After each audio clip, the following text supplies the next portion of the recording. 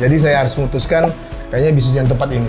Bisnis laundry. Banyak yang nilai bahwa ternyata bisnis laundry itu tahan dalam berbagai kondisi gitu, dan akhirnya orang-orang yang pengusaha pemula sampai pengusaha profesional tetap memilih usaha laundry. Jadi di Manado dan sekitarnya saya rasa masih sangat berpotensi peluang untuk kita kembangkan bisnis laundry ini. Bisa dikatakan bisnis paling awet. Berbicara tentang bisnisnya yang berkembang pesat ini, seperti apa sih lika-likunya? Panjang ya sebenarnya ceritanya. Boleh. Boleh 1 jam, Pak?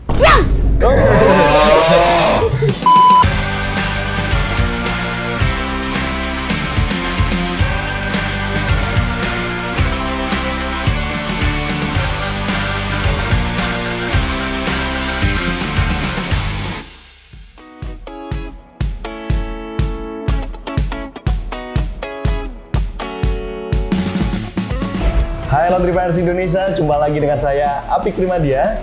Oke teman-teman, kita sekarang lagi ada di Sulawesi Utara, tepatnya di Kota Manado. Dan pastinya kita sudah dijemput oleh orang yang istimewa. Jadi dijemput oleh orang yang istimewa tadi di bandara.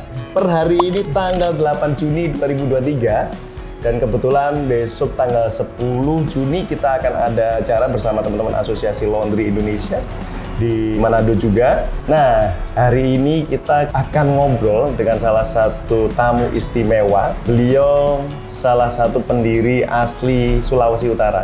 Jadi organisasi Asosiasi Laundry Indonesia untuk Sulawesi Utara. Dan beliau adalah ketua asli periode pertama. Sekarang beliau jadi Dewan Penasehat, kalau saya seperti itu. Oke, tanpa panjang lebar, kita akan ngobrol-ngobrol dengan beliau bagaimana bisnis laundry-nya, perkembangannya seperti apa. Langsung saja di sebelah saya, nongol orangnya.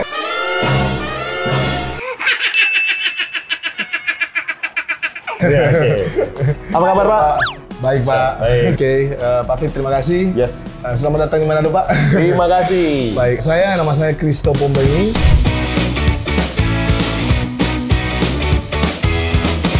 Adalah mantan ketua asli Sulawesi Utara dan sekarang tetap bergelut di dunia laundry. Bergelut di dunia laundry. Siap, singkat situ ya? Ya. Oh, singkat saja. Oke.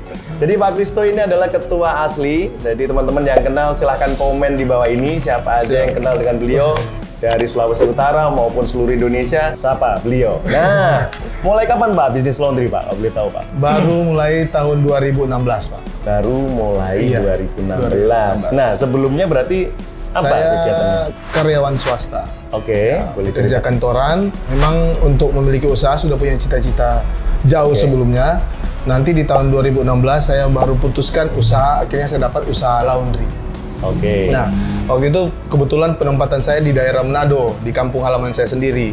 Jadi ada kesempatan untuk saya merintis usaha laundry. Oke. Gitu. Sebelumnya memang ada di beberapa tempat pindah-pindah, dan waktu penempatan di Manado saya harus berpikir cepat untuk memiliki usaha supaya tidak pindah lagi gitu, Pak Apik.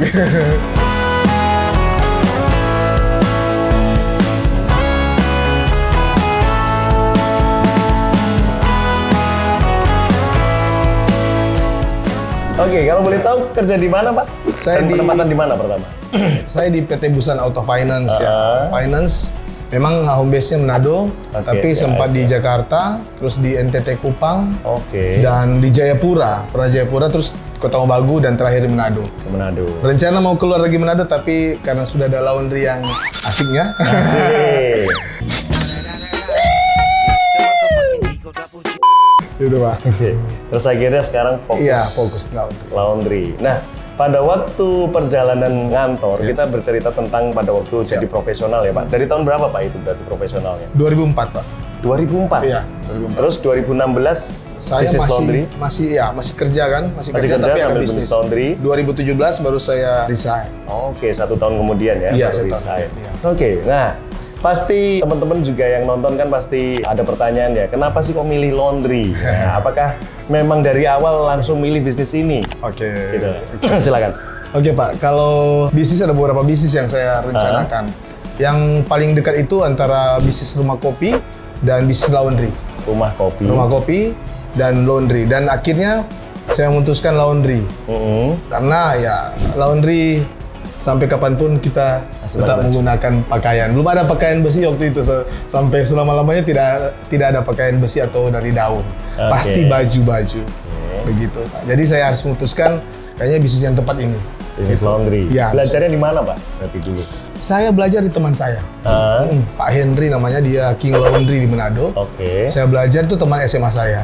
Teman SMA, tapi tidak sengaja karena bukan saya yang hubungi dia yang hubungi saya. Tapi waktu itu bukan bercerita tentang usaha laundry. Ada bicara tentang lain, dan saya menyinggung saya akan buka usaha laundry, ternyata dia usaha laundry. Jadi saya bilang, wah ini pas ini saya mau belajar ke dia. Ini jalan Tuhan. Iya. Terus, Dari situ saya belajar, Pak. Dia kasih belajar, ada materi, sampai saya buka sebulan, saya konsultasi dengan dia terus. Karena saya tahu ilmu yang dia miliki sudah banyak gitu. Dan akhirnya memang benar. Jadi saya belajar, konsultasi dengan beliau, dan sampai pada titik ini ya sudah ya merasakan semuanya. Asik. Gitu. Nah, Jadi tadi perjalanannya adalah beliau karena ada teman namanya Pak Henry. Kebetulan juga beliau juga aktif di Asosiasi Laundry ya. Dan laundrynya juga lumayan menginspirasi. Mudah-mudahan kita dapat kesempatan untuk main ke tempat beliau. Boleh. Karena saya ini adalah kali yang ketiga datang ke Manado. Dulu pernah datang ke tempatnya beliau di workshopnya yang ngeringin baju di dalam satu ruangan, terus ada pemanasnya itu, menarik. Jadi banyak ide-ide menarik, inovasi dari Pak Henry ini. Makanya nggak kaget kalau dia berkuliah ke sana. Tapi sekarang bisnisnya beliau lebih gede lagi. Nah, perjalanannya seperti apa, Pak? Jadi dari 2016 terus 2017 resign. Apakah memang ada jatuh bangun pada waktu membangun bisnis laundry? Terus tiba-tiba jadi sebesar ini. Nanti kita akan berbicara kenapa kok saya bilang besar, karena memang bisa dibilang beliau one stop laundry solution. Baik dari sisi jasa laundrynya, perlengkapan laundry, bahkan sekarang beliau punya kafe. Ini kafenya beliau di sini. Berbicara tentang bisnisnya yang berkembang pesat ini, seperti apa sih lika-likunya, terus tips apa yang bisa diberikan ke teman-teman yang nonton hingga sampai posisi di saat ini. Panjang ya sebenarnya ceritanya. Boleh. 1 jam, Pak? Ya, pertama ketika saya ikut dengan usaha laundry, nah ternyata kita punya asosiasi.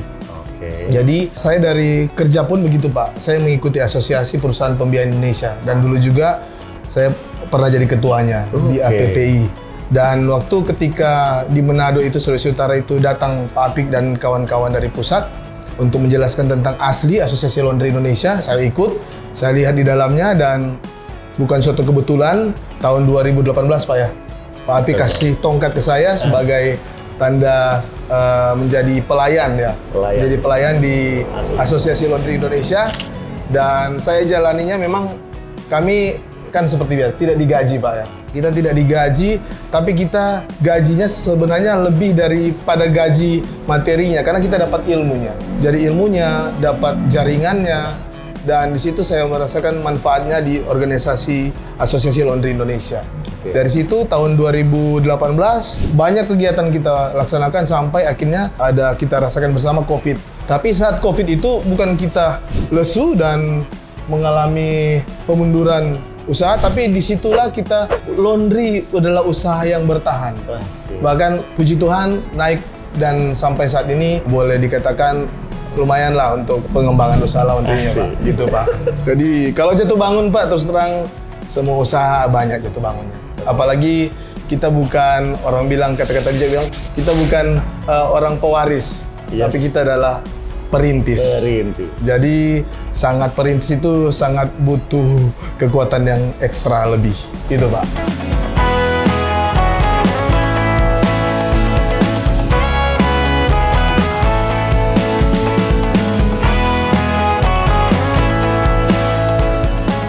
Yes, jadi posisinya adalah bahwa bisnis laundrynya Pak Christo didukung oleh Asosiasi Laundry Indonesia.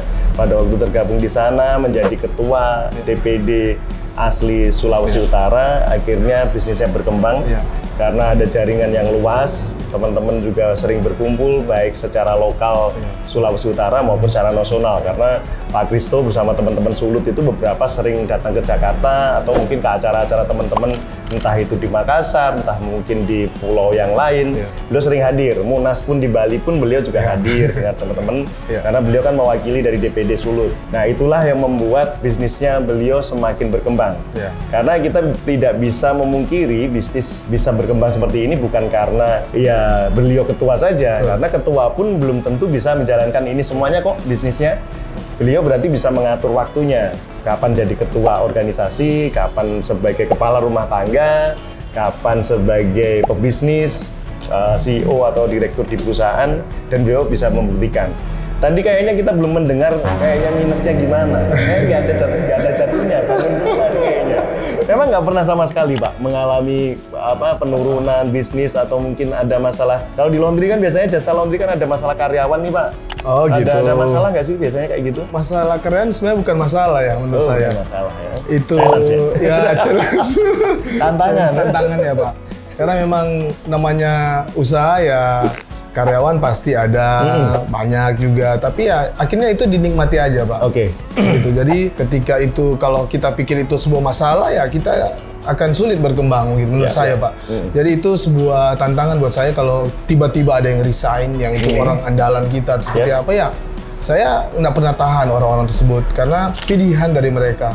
Nah, karena sudah terbiasa dari kantor dulu Pak, jadi orang mau resign ya silakan, itu pilihan terbaik kalian. Dan saya pasti akan diberikan yang lebih dari itu gitu. Jadi buat saya masalah memang banyak Pak, tapi kalau mau ceritakan panjang Pak. Contoh saja Pak ya, saya buat rumah kopi ini. Ya, rumah kopi ini terus terang ya karena saya basicnya laundry dan saya pikir berbicara di tempat ngopi gampang, kita buat aja rumah kopi. Ternyata tidak semudah itu. Tidak semudah itu. Jadi saya harus belajar dari nol lagi untuk mengembangkan usaha kopi. Tapi ini saya kan buat manajemen, ada yang pengelolanya gitu. Saya hanya bantu saja support gitu. Seperti itu Pak. Siap. Jadi segala bisnis apapun, jadi kalau teman-teman yang sudah nonton video YouTube kita, bahwa segala bisnis apapun pasti ada tantangannya, ada challenge-nya. Bagaimana kita menghadapinya, bagaimana kita menghandle dan menjadikan itu sebagai solusi untuk kita naik level di sana. Beliau tadi sudah ngasih contoh bahwa pada waktu membangun bisnis laundry, nanti kita tanyakan berapa banyak sih cabangnya. Terus sekarang bisnis ada kafe, ternyata kafe pun tidak sesimpel itu. Beliau sudah punya angan-angan kafe ini untuk nongkrong teman-teman komunitas laundry atau teman-teman asli. Ternyata nggak segampang itu ternyata dijalankan. Belum lagi masalah keluar masuk baristanya misalnya, itu kan masalah rasa ya, masalah taste ya. Nah itu perlu dipertimbangkan. Dan beliau tadi sudah cerita itu jadi bagian dari tantangan beliau dan itu udah biasa sebagai pengusaha. Oke, balik lagi ke bisnis laundry. Sekarang ada berapa cabang Pak laundrynya Pak? Sekarang cabang yang kita kelola ada 10, baru 10 Pak. Baru 10, jadi ada pengelolaan cabang. Konsepnya gimana Pak? Milik sendiri kah? Atau mungkin ada yang bareng-bareng crowdfunding gitu? Kalau milik sendiri itu yang bisnis pertama yang sudah dikelola oleh istri. Itu ada 2 tempat. Namanya? 2D Amazing Laundry. Apa? 2D Amazing Laundry. 2D Amazing Laundry. Terus lanjut? Dan itu 2016. Dan 2021 saya dirikan laundry Manado Laundry Express. Manado Laundry Express. Nah itu ada bisnis bersama. Bisnis bersama, ya modalnya kepercayaan. Di tahun 2021 itu saya buat 4 gerai. 4 gerai. Dan kita ada beberapa orang di situ dan sampai saat ini ada beberapa gerai yang sudah BEP. Ada juga yang karena kita teman-teman yang pertama tidak mengelola usaha laundry dan akhirnya mereka juga ingin berusaha laundry, mereka buka sendiri tapi bawa nama Manado Laundry Express. Ada seperti itu. Jadi total ada berapa? Total semuanya ada 12. 12 berarti. 12 Manado Laundry Express plus yang 2D Amazing. Satu namanya Laundry Town, Pak. Apa? Laundry Town. Laundry Town? Apa Laundry Town? Laundry Town kita baru ada 4. Di Bitung 2, di Manado 2. Itu konsepnya sama? Sama. Cuman satu Laundry Town kita fokus ke karpet. Fokus ke karpet. Itu di daerah Manado Utara. Siap, gitu Pak. Menarik. Ada 12 yang dikelola oleh beliau, keren. Keren ya? Pusing nggak Pak? Lumayan.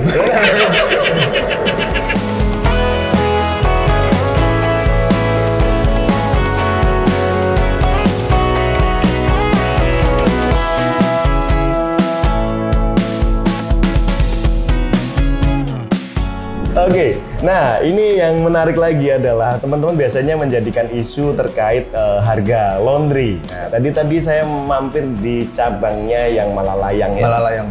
Itu ada tulisannya 2.500 per kilogram. Boleh dijelaskan itu konsep bisnisnya atau mungkin promonya, Pak?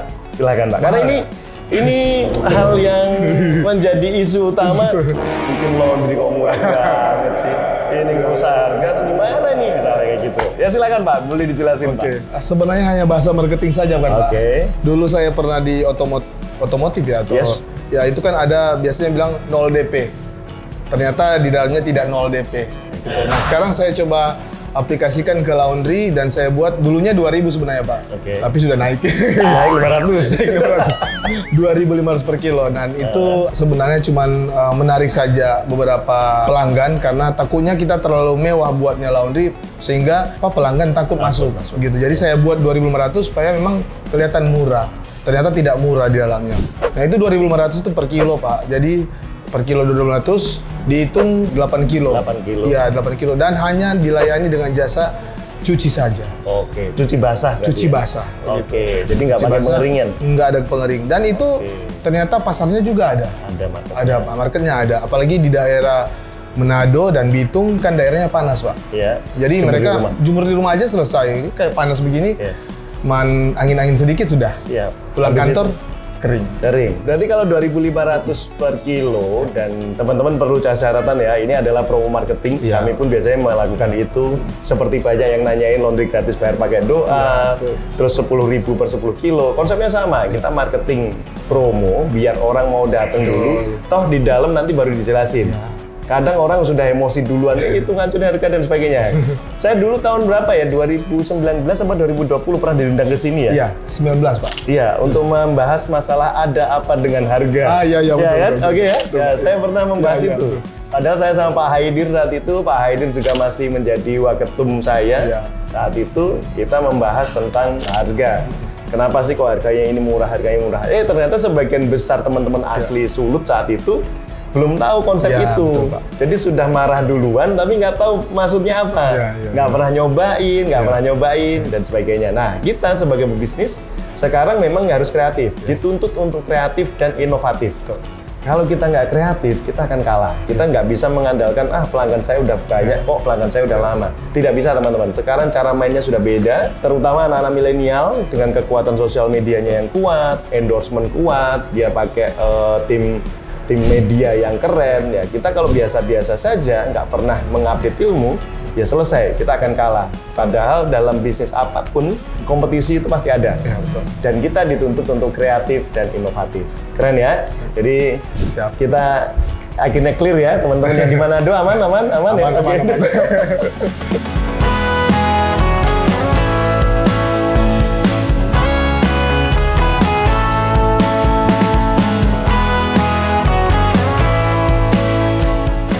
Jadi kita udah datang ke Malalayang tadi, terus di sampingnya ada perlengkapan laundry, Pak. Iya, betul. Itu mulai kapan, Pak? Mulai tahun 2018. 2018 saya mulai.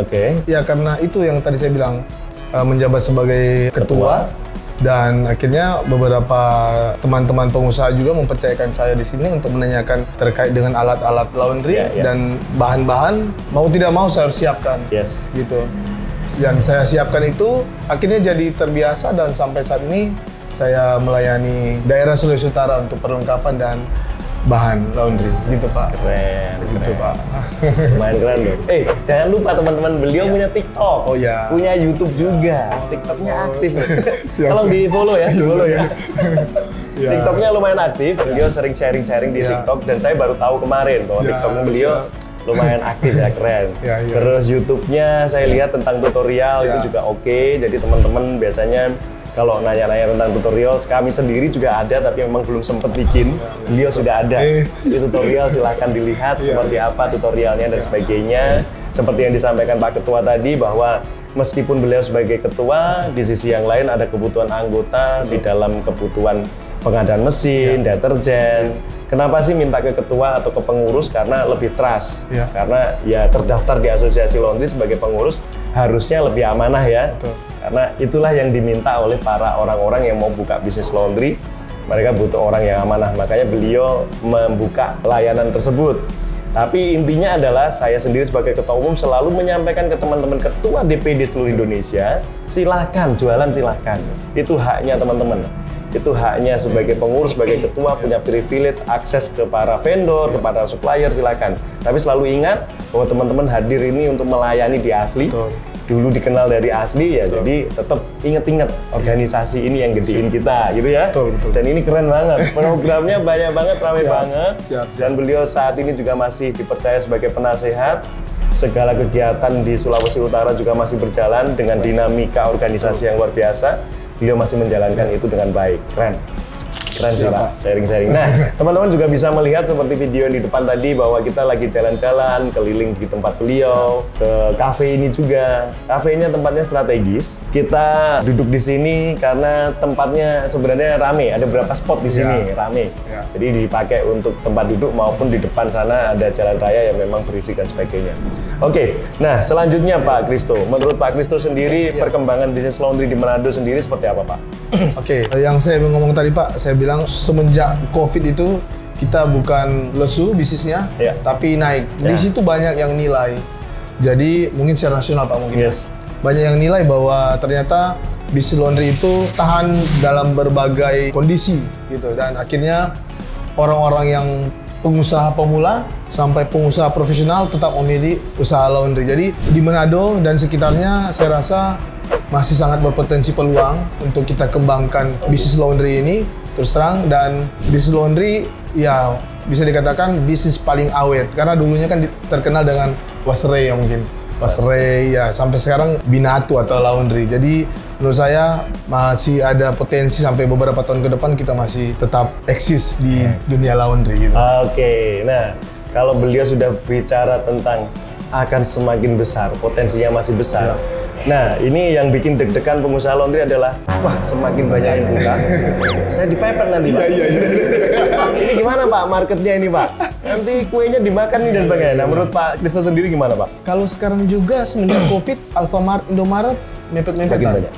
Jadi makin banyak Alfamart, Indomaret. Dan kata beberapa orang, bisnis warung di lorong-lorong atau di gang-gang itu akan kolaps. Ternyata tidak. Jadi masih tetap bertahan. Jadi semuanya ada pasar masing-masing. Dan kalau bisa dibilang juga ya berkat Tuhan yang atur juga. Jadi yang penting kita optimis saja, dan ya seperti Pak Apik bilang tadi ya kita harus kreatif dan inovatif. Begitu, karena kalau kita cuma dirikan dan cuma sampai di situ tidak ada pola-pola lain untuk kita kembangkan ya akan berbahaya nantinya, begitu. Keren ya. Ini mindsetnya keren banget ya. Terbentuk mindset yang seperti ini juga gak gampang teman-teman.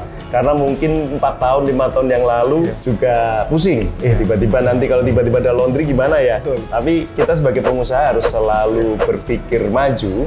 Bagaimana bisnis yang sudah kita jalankan, bisnis yang kita bangun, dengan kita punya karyawan seperti ini dan sebagainya biar bisa bertahan, minimal bertahan dulu seperti pas pandemi kemarin.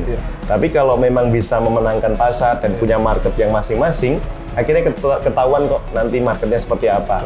Misalnya kalau di tempatnya Malalayang tadi harganya 2.500, kan nggak harus di sampingnya harus Rp1.000 per kilo kan, nggak seperti itu. Kita juga bisa melihat ceruk market yang berbeda, level menengah ke atas misalnya, yang nggak mempedulikan harga misalnya seperti itu. Itu bisa jadi contoh.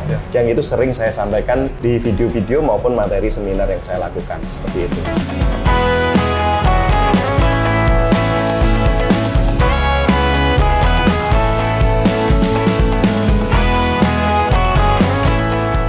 Oke, ini sharingnya juga cukup padat, panjang, menarik sebenarnya. Banyak hal yang perlu kita bahas, karena ini juga baru hari pertama kita datang sini. Langsung kita ngobrol di cafe ini bersama beliau. Jadi mudah-mudahan sharing ini bermanfaat buat teman-teman gitu ya, Pak Kristo. Nah, sebelum kita tutup sharing kita, mungkin ada yang perlu disampaikan dulu Pak Kristo. Buat teman-teman pengusaha laundry dan bahkan lagi melihat-lihat peluang potensi untuk membuka usaha laundry atau calon pengusaha laundry, menurut saya kalau kita mau buka usaha laundry tetap harus benar-benar serius. Ya, jangan hanya bikin sampingan. Kalau awal sampingan oke, tapi selanjutnya kita harus benar-benar fokus dalam menjalani usaha ini. Karena kalau usaha laundry memang susah gampang orang bilang gitu. Jadi kalau kita tidak fokus ya berarti susah. Kalau kita fokus berarti gampang. Dan menurut saya bagi teman-teman atau bapak-bapak ibu-ibu yang akan menjadi pengusaha laundry, sikat Pak, langsung gas aja gitu, langsung gas untuk membuka usaha laundry. Siap. Kalau di Manado bisa langsung saya Langsung ke sini. habis itu kita ke Papung. Gitu. Jadi semua bisa dan usaha itu bisa berjalan dengan baik dan lancar Pak. Yes. Dan boleh menjadi berkat bagi para pekerja dan bagi para pelanggan. Mungkin seperti itu. Siap, keren sekali closing statement dari Pak Christo Pombengi. Beliau adalah sekarang menjadi Ketua Dewan Penasehat Asosiasi Laundry Indonesia DPD Sulawesi Utara. Bagaimana beliau membangun bisnisnya dari awal hingga akhir sekarang, maksudnya hingga saat ini ya. Hingga saat ini tadi kita sharing di cafe ini seperti apa, laundrynya seperti apa, bahwa beliau sendiri sudah nyampein laundry masih tetap oke loh ya, dibandingkan bisnis-bisnis yang lainnya yang beliau pernah jalankan. Dan poin utama yang lainnya adalah selama ini ada potensi, selama kita melihat ada celah, opportunity, peluang yang kita ini, sikat aja, eksekusi. Ya, tetap ada pertimbangan-pertimbangan, tapi jangan lama-lama mempertimbangkan. Karena kalau lama mempertimbangkan, orang lain yang eksekusi, teman-teman nanti nyalain orang itu. Misalnya kayak gitu ya. Oke, terima kasih teman-teman yang sudah mendengarkan sharing hari ini bersama Pak Christo. Semoga dapat banyak inspirasi, dapat catatan baru, dapat aha moment dari sharing hari ini. Dan semoga bisnis Bapak Ibu semakin bertumbuh, Amin. semakin sukses dan jaya terus. Oke, saya Apik Primadia undur diri. Saya Christo Pombengi. Sampai jumpa. Bye-bye. Bye.